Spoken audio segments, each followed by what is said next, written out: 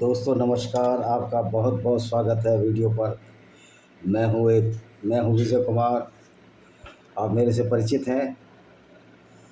तो आज का जो विषय है हमारा वो ये है कि आखिर ये इस्लामिक आतंकवाद क्या है और ये हमारा मुसलमान भाई ऐसी गतिविधियां क्यों करता है जिनको कि हम आतंकवाद की संज्ञा क्यों देते हैं। तो आज लोग कहते हैं कि पाकिस्तान में आतंकवाद फैल रहा है, ईरान में आतंकवाद है, दो तीन कंट्री जो सामने आ रहे हैं खुल के उसमें आतंकवाद है, बांग्लादेश में आतंकवाद है। मेरे दोस्तों, क्या भारत में मुसलमान आतंकवादी के रूप में नहीं पकड़े गए हैं?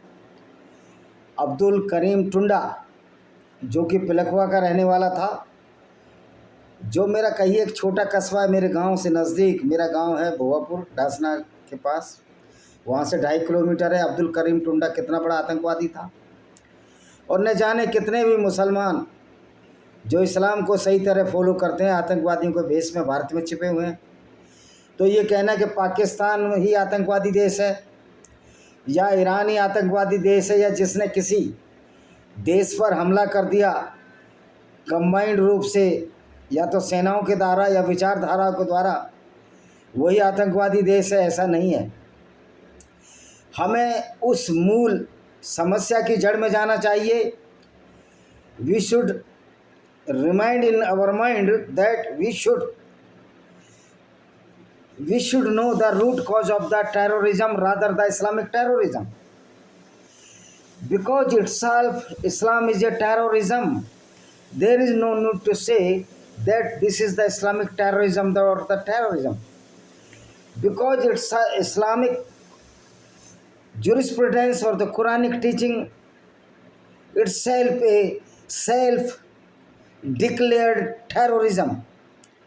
तो ये कहना कि रेडिकलाइज मुस्लिम है, ये अच्छा मुसलमान है या ये बुरा मुसलमान है, हम इन कैटेगरी में लोगों को नहीं बांट सकते। क्योंकि जिसको आप अच्छा मुसलमान कहते हैं, जिसने अब तक आतंकवादी गतिविधियां नहीं की, उसकी दो वजह हैं। या तो कानून से डरता है या उसमें समझदारी है कि इन चीज़ों से, इस्लामिक जो चीज़ों से कोई हासिल नहीं है, इसलिए वो टेररिस्ट नहीं करता, आतंकवाद नहीं करता या हिंसा में लिप्त नहीं होता। उसको सिर्फ और सिर्फ कानून का डर है, भारतीय आर्मी का डर है, भारतीय पुलिस का डर है, और भारत सबसे बड़ा बारूद के कानून का डर है।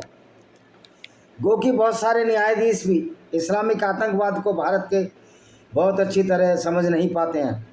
Though many judges or in the higher judiciary, even the lower judiciary, could not understand the real cause of terrorism, they cannot dare to say that Islam is a terrorism.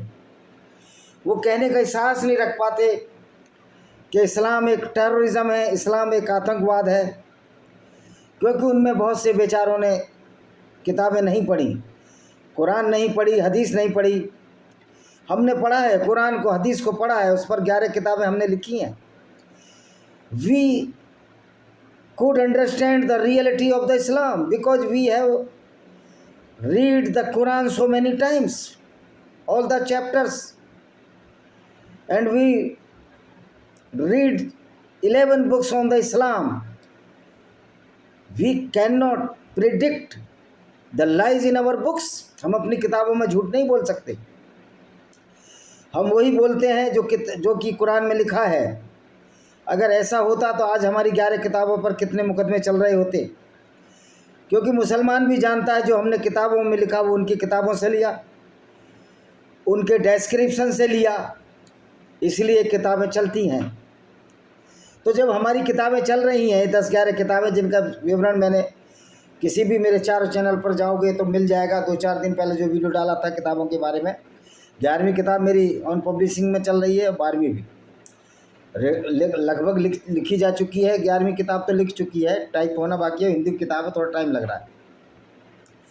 तो दोस्तों, असली चीज़ जो इस्लाम का ये कहना कि पाकिस्तान इस्लामिक कंट्री है वहीं आतंकवाद है या ईरान में आतंकवाद है, मेरे दोस्त जहाँ जहाँ मुस्लिम हैं और इस्लाम को फॉलो करते हैं, वो कब इस्लामिक मिसाइल में बदल जाएं और गैर मुस्लिमों को कत्ल करने लगें। क्योंकि इस्लाम तो कहता है कि गैर मुस्लिमों को कत्ल करके पूरी दुनिया में इस्लाम का राज्य लाना है, जो आज तक नहीं हो पाया और ना हो पाएगा। आखिर मुसलमान आतंकवादी बनता क्यों है? अब सवाल इस बात पर है। तो पाकिस्तान नहीं है आतंकवाद की जड़, ना ईरान आतंकवादी की जड़ है। जड़ है आतंकवाद की इस्लामिक शिक्षा, कुरान और उसकी आइडियोलॉजी, जिसको हमारे मुसलमान पढ़ते हैं और मदरसों में वही पढ़ाया जाता है। तो मदरसे भी आतंकवाद की जड़ नहीं है। अगर मदरसे में अच्छी अच्छी चीज़ें पढ़ाई जाएं तो वो अच्छा करेंगे। तो हम कह सकते हैं कि जो इस्लाम का लिटरेचर है, जो इस्लाम की शिक्षा है, वही आतंकवाद की जड़ है। तो मूल विषय यही है कि अब मुसलमान आतंकवादी बनता क्यों है, ये हमको सोचना पड़ेगा। कोई व्यक्ति पढ़ा लिखा है, इंजीनियर है, ओसामा बिन लादेन इंजीनियर था। डॉक्टर अल जवाहिरी भी एक डॉक्टर था और बड़ी ही रिनाउंड यूनिवर्सिटी मिस्र से वो पढ़ा हुआ था और शायद फिजिशियन के साथ सर्जन भी था। ओसामा बिन लादेन सऊदी अरब का रहने वाला था, पढ़ाई अच्छी हुई थी। अब सवाल यह है कि वो आतंकवादी क्यों बन गया। देखिए, अगर आप अच्छी पढ़ाई करते हैं, आप इंजीनियर डॉक्टर बन जाएं, अगर आप इस्लाम की, कुरान के अकीदों में विश्वास रखते हैं, उसकी आइडियोलॉजी में विश्वास रखते हैं, उसकी विचारधारा में विश्वास रखते हैं और वैसा ही काम करेंगे, तो आप सर्टेनली आतंकवादी बनेंगे। इसमें कोई दो राय नहीं, कोई दुराव नहीं, छिपाव नहीं। कुरान की शिक्षा ही आतंकवाद बनाती है। लोग कहते हैं, बहुत सारे लोग तो आतंकवाद नहीं करते मुसलमान, ये उनकी मजबूरी है, वो कर नहीं पाते या वो करना नहीं चाहते। लेकिन वो भी जानते हैं कि इस्लाम में गैर मुस्लिमों को कत्ल करना है, पूरी दुनिया में इस्लाम फैलाना है। तो ऐसे लोग ज़्यादा भयानक शत्रु हैं, जो छुपे हुए लोग हैं। हर विभाग में आपको ऐसे मुसलमान मिल जाएंगे जो आपके सामने कुछ बात करेंगे और मदरसे में वही बात करेंगे जो कुरान कहती है। क्योंकि हमने जब उनसे सवाल किया, डायरेक्ट नहीं, फेस टू फेस, मैंने एक इंजीनियर से सवाल किया व्हाट्सएप से, मैं आपके पैगंबर काफिले क्यों लूटते थे, तो उसने मेरे को ब्लॉक कर दिया। तो हर मुसलमान की परीक्षा लेने का यही बात है कि आप उससे पूछो कि आपके व्हाट्सएप पे पूछो, डायरेक्ट आप डरते हो अगर लड़ाई हो जाएगी, व्हाट्सएप से पूछो, सवाल पूछो यूट्यूब चैनल्स के माध्यम से कि आपके पैगंबर काफिले क्यों लूटते थे। तो वो इधर उधर की बातें आपको बताएगा। वो वहाँ युद्ध होता था, युद्ध में हम काफिले लूट लेते थे। भाई, युद्ध किस लिए होता है? युद्ध तो नीतियों के खिलाफ होता है, लेकिन इस्लाम में तो काफिले लूटे जाते थे। उसमें कोई लोग कहते हैं कि औरतें, जब आदमी कत्ल हो जाते थे, जिनको हम जीतते थे, तो उनकी औरतों को हम, अब वो कहाँ जाएं, उनको अपने घरों में रख लेते थे। मेरा सवाल ये है कि घरों में रख लेने की बात तो सही थी, चलो रख लिया आपने, लेकिन उसकी इच्छा की जरूरत थी ना। तो मोहम्मद ने तो औरतों को अब उनकी इच्छा के विरुद्ध बेचा, बाज़ारों में बेचा, उनको मलिकाई मन सेक्स स्लेव बनाया। तो यही आतंकवाद की जड़ है, औरतों की काम वासना की पूर्ति और एक झूठा तस्वुर, एक झूठी कल्पना, जिसको कि इस्लाम में जन्नत के नाम से जानते हैं। जन्नत एक अरेबिक शब्द है जिसका लिटरली मीन हिंदी में होता है स्वर्ग। अब ये बताइए कि जो इस्लाम लोगों को कत्ल करने की आज्ञा देता हो, जो इस्लाम ये कहता हो कि हर गैर मुस्लिम स्त्री अगर उसको युद्ध में लूटा जाए तो मलिका अमीन है, उसको सेक्स स्लेव बनाया जा सकता है, यानी कि उसके साथ रेप किया जा सकता है, without her consent intercourse rape ही माना जाएगा। तो मैं ये पूछना चाहता हूँ, तो क्या काम वासना की पूर्ति के लिए इस्लाम का उदय नहीं हुआ था? क्या मोहम्मद साहब ने 13 शादियाँ नहीं की थी? क्या मोहम्मद साहब ने बनु कुरैजा औरतों को बाज़ारों में नहीं बेचा था और उसके बदले घोड़े हथियार नहीं खरीदे थे? अगर नहीं तो जाइए, इब्न हिशाम की किताब है, उसमें सीरत रसूलुल्लाह पढ़ लीजिए। उसमें 465 नंबर पेज पर 83वें अध्याय में मिल जाएगा कि बनु कुरैजा यहूदी औरतों को लूटकर मोहम्मद ने बाज़ारों में बेच दिया था और वो भी मोहम्मद ने अटैक किया था। ये कहते हैं कि मोहम्मद पर अटैक होते थे। किसने मोहम्मद पर अटैक किया और कब मुसलमान औरतों को साथ बलात्कार करके उनको अपने साथ ले गए? मोहम्मद एक लड़ाई में हारे, ऊद की लड़ाई में मोहम्मद हारे, लेकिन मोहम्मद की किसी बहन बेटी को किसी यहूदी कबीले ने, जो अबू सुफियान, जो इनका ही चचेरा भाई था, वो क्या इनकी औरतों को लूट कर ले गया? नहीं, वो लड़ाई वहीं ख़त्म हुई और वो औरतें वापस चली गईं। वो सेना वापस चली गई और वो अपनी औरतों के साथ आए थे, वो भी वापस चली गईं। उन्होंने कभी नहीं कहा कि इन मुस्लिम औरतों के साथ बलात्कार हमारे मर्द करें, क्योंकि हमारे साथ मोहम्मद और उसके साथ ही बलात्कार करते थे और लोगों को बाज़ारों में बेच देते थे। तो ये कहना भी गलतफहमी होगी कि मोहम्मद पर अटैक होते थे इसलिए मोहम्मद कत्ल करता था लोगों को। मोहम्मद ने खुद अटैक किया बनु कुरैज़ा यहूदी औरतों पर और उनको बाज़ारों में बेचा। और किस गैर मुस्लिम फ़ौज ने मुसलमानों को हराकर औरतों को बाज़ारों में बेचा? उस ज़माने में, मोहम्मद साहब के ज़माने की बात कर रहा हूँ। हो सकता है बाद में किए हैं लोगों ने, क्योंकि रेसेंटमेंट, जो गुस्सा होता है, एक ऐसी प्रवृत्ति है, आदमी में बदला लेने की प्रवृत्ति है। अगर आदमियों में बदला लेने की प्रवृत्ति बहुत होती गैर मुस्लिमों में, तो इस्लाम 1400 साल चल ही नहीं पाता। जिसको झूठ फरेब के नाम पर पंचर लगी गाड़ी इस्लाम को कि मोहम्मद अच्छे थे, उनकी सुन्नत अच्छी थी, गैर मुस्लिमों को बेवकूफ़ बना बना कर ये इस्लाम की गाड़ी आज तक चली है कि अल्लाह बड़ा दयालु था, मोहम्मद साहब बड़े दयालु थे। अगर मोहम्मद साहब बड़े दयालु थे तो बनु कुरैज़ा औरतें कबीलों को उन्होंने बाज़ारों में बेच दिया। ये मोहम्मद का काम था, ये एक पैगंबर का काम था। तो इस्लाम के आतंकवाद की जड़ यही है, औरतों का चक्कर। ये एक मानसिकता है इस्लाम की। मरने के बाद भी मोहम्मद ने उसका समझ बात दिखाया मुसलमानों को कि 72 एक आदमी को हूरें मिलेंगी, 135 फुट लंबी होंगी। अब इतना मूर्खता का पैमाना हो, जब लोग इतने जाहिलियत में हो, वो तो अरब के ज़माने की बात थी। लेकिन आज भी जो गैर मुस्लिम लोग हैं, पढ़े लिखे मुस्लिम, वो इसी जाहिलियत का शिकार हैं। वरना क्यों, जो मेरे डिपार्टमेंट का एग्जीक्यूटिव इंजीनियर मिस्टर मकबूल अहमद, जब मैंने इस सवाल पूछा आपके पैगंबर काफिले क्यों लूटते हैं, तो उसने व्हाट्सएप पर ब्लॉक क्यों कर दिया, मुझे व्हाट्सएप से मेरा नाम क्यों हटा दिया।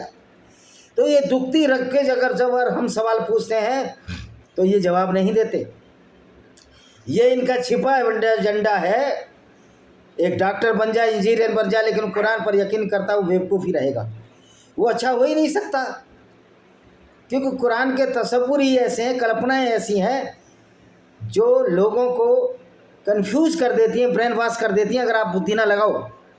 वैसे भी इस्लाम में अकल का दखल है ही नहीं। यानी कि पूरा का पूरा मूर्खता भरा और जाहिलियत भरा चीज़ को मानना है। जैसे बहुत सारी जाहिलियत मैं बताता हूँ आपको। चांद के 2 टुकड़े मोहम्मद साहब ने कर दिए। मोहम्मद साहब की उंगली इतनी बड़ी हो गई, वो चांद तक पहुँच गई और 2 टुकड़े हो गए। और इस बात को इनके पहले खलीफा अबू बकर सिद्दीकी ने भी मान लिया, हाँ कर दिए होंगे। तभी तो उस मूर्ख ने अपनी 6 साल की नन्ही सी बेटी को मोहम्मद के हवाले कर दिया, जो 51 साल का था, और 9 साल की उम्र में उनके साथ कंज्यूमेटेड किया उसने अपनी मैरिज को, जब वो 54 या 55 साल के थे। यही बात नूपुर शर्मा ने बोली थी, लेकिन बीजेपी जैसी कायर पार्टी ने नूपुर शर्मा का कोई बचाव नहीं किया। तो 56 इंच 58 इंच के ये कहने से कुछ नहीं होता। मोदी जी को हकीकत समझनी चाहिए थी, और इससे बहुत बुरी किरकिरी थूथू मोदी जी की हुई और बीजेपी की हुई। इसलिए टी राजा सिंह भागे, कह रही है विषयांतर हो जाएगा। तो मुसलमानों को सबसे बड़ा लालच 72 हूरों का है। शहद की नहरें, दूध की नहरें, शराब की नहरें मिलेंगी, लेकिन कब मिलेंगी? जब आप किसी गैर मुस्लिम को कत्ल करोगे या इस्लाम में उसको ज़बरदस्ती लाओगे। क्योंकि इस्लाम में 2 ही रास्ते हैं गैर मुस्लिम के लिए, या तो मुसलमान बन जाओ या फिर कत्ल हो जाओ। जो तीसरा रास्ता है जजिया टैक्स का, वो जजिया टैक्स का रास्ता उन लोगों के लिए था जो पीपल ऑफ बुक थे, यानी जिनका कुरान में नाम है, उनके लिए जजिया देकर उनकी जान बख्शी होनी थी। लेकिन ये 3 कौन थी? यसूर, नसारा, यहूदी थे, ईसाई थे और सामरी अब ख़त्म हो चुके हैं। यानी उनका वंश नहीं ख़त्म हुआ, वो दूसरे में रल मिल गए। आदमी तो होंगे, उनके पुरखे तो, उनके बच्चे तो होंगे। और बाद में पीपल ऑफ बुक्स में पारसियों को भी शामिल कर लिया गया, क्योंकि इस्लाम तो एक लूट का धंधा है। जब सारे ही मुसलमान बन जाएंगे तो लूटेंगे किससे ये? जब भारत में जब ये मुसलमान आए और हिंदुओं की गर्दन उतारने लगे, तो लोगों ने कहा हम तो इनकी गर्दन उतारते थक जाएंगे, तो करोड़ों लोग हैं और ये विरोध भी कर रहे हैं, सारों को तो मार नहीं सकते, तो इनका भी जजिया ठोक दिया गया। तो इस्लाम का मूल विषय है लूटना दूसरों के दुख देना, दूसरों की औरतों को इस जमाने में लूटना, उनको मल्लिका यामिन बनाना, और बाहर में ये 72 हूरों का तस्वुर जो कल्पनाएं हैं, ये इतना इनका ब्रेन वॉश कर दिया गया है, ये आतंकवादी बन जाते हैं। इनको मदरसे में इतनी गंदी पट्टी पढ़ाई जाती है कि एक मुसलमान 10 के बराबर है। मैं पूछता हूँ, जब एक मुसलमान 10 के बराबर हो, तुम तो 190 करोड़ हो, तो पूरी दुनिया में इस्लाम क्यों नहीं फैला देते? क्यों तुम्हारी टीम में 11 मुसलमान होते हैं? एक मुसलमान ले आओ, एक गैर मुस्लिम ले आओ, एक मुसलमान 10 के बराबर हो जाएगा और एक गैर मुस्लिम 1 के बराबर, तो 11 की टीम लाओ क्रिकेट में। और तुमको तो 4 जो एक्स्ट्रा प्लेयर 15 और 16 का जो स्क्वाड होता है, आप 16 का जो स्क्वाड लाते हो उसमें आप आधा एक बच्चा ले आओ 10-12 साल का, क्योंकि एक छोटा बच्चा भी 5 आदमियों के बराबर होगा। तो इस तरह की मूर्खताएं और जाहिलियतपना जब फैलाया जाएगा और उसको लोग मानने लगेंगे, तो समझो विनाश तय है। विनाश काले बुद्धि विपरीत है, और इस्लाम में तो बुद्धि को बिल्कुल विपरीत बना दिया गया है, तो बचने की संभावना नहीं है। इससे सबसे बड़ा खतरा क्या हुआ इस विचारधारा से, इस्लामिक से, कि गैर मुस्लिमों को भी अपने बचाव के लिए संसाधन जुटाने पड़ रहे हैं। जो एनर्जी भारत के या पूरे विश्व में जो डेवलपमेंट के लिए लड़ती, वो इस्लामिक आतंकवाद से लड़ रहे हैं। तो ये हिटलर से भी ज़्यादा खतरनाक विचारधारा इस व्यक्ति की थी, जिसको क्या मोहम्मद के नाम से जानते हैं। इसकी वजह से कितनी एनर्जी, कितनी लाइव्स लोगों की ख़त्म हो गई इस इस्लाम के झूठे तस्वर की वजह से, कि वहाँ जन्नत में नहरें मिलेंगी। ओ भाई, जो तुम्हारा अल्लाह सऊदी अरब में एक नदी तक नहीं दे पाया, ओमान में एक नदी तक नहीं दे पाया, इराक के सिवाय कहाँ नदी है बताओ आप? जो दजला और फरात नदियां हैं वो इराक में हैं। तो जो सऊदी अरब, ओमान, बहरीन, जहाँ नदियां तक नहीं है, जहाँ ताज़ी पानी तक नहीं दे पाया, और वहाँ तस्वुर दे दिया, तो ये कि जब हूरें थूकेंगी तो समुद्र का पानी मीठा हो जाएगा। तो ये सब लोगों को बहकाया गया, इस्लाम को लोगों को, मुसलमानों को बहकाया गया, और मुसलमान उसमें बहकते चले गए। लेकिन वो अपने लिए बहकते तो उनका नुकसान था। लेकिन जब ये मानते हैं कि हम जब तक दूसरों को कत्ल नहीं करेंगे तब तक हमें जन्नत नहीं मिलेगी, अल्लाह हमसे खुश नहीं होगा, तब तक ये आतंकवाद करते रहेंगे। इनका दिमाग जब तक ब्रेन वॉश रहेगा।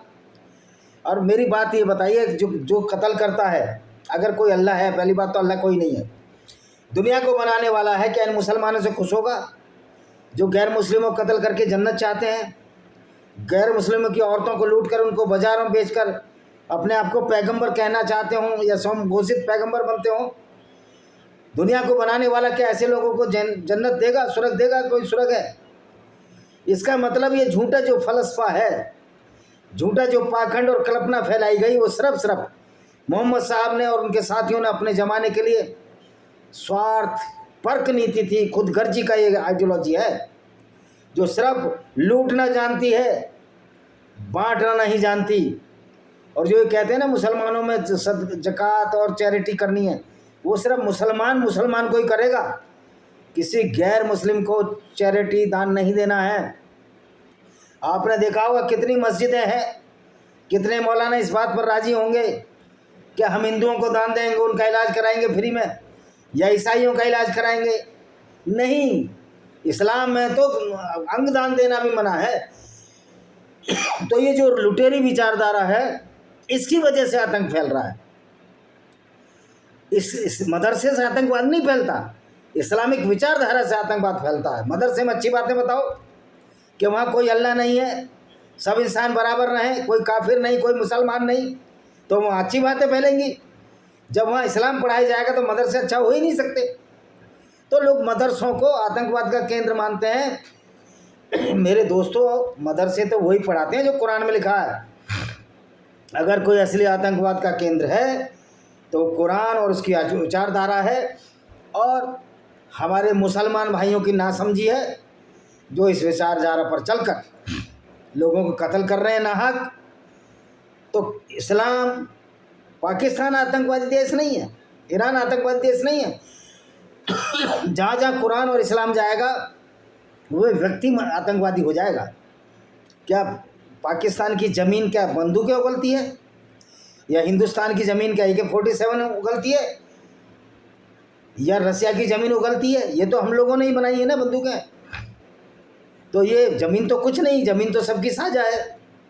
तो आतंकवाद लोगों के दिमाग से फैलता है, और ये दिमाग जब ब्रेन वॉश हो जाए, खाली खोपड़ा रह जाए, अकल का दखल ना हो और इस्लाम पर चलने लगे, उसी से आतंकवाद फैलता है। तो मदरसे आतंकवाद का केंद्र नहीं है। मदरसे आतंकवाद का केंद्र इसलिए है कि उसमें कुरान की शिक्षा दी जाती है। दोस्तों, इसी के साथ मैं इस वीडियो को विराम देता हूँ। वंदे मातरम, जय हिंद, आपका दिन शुभ हो।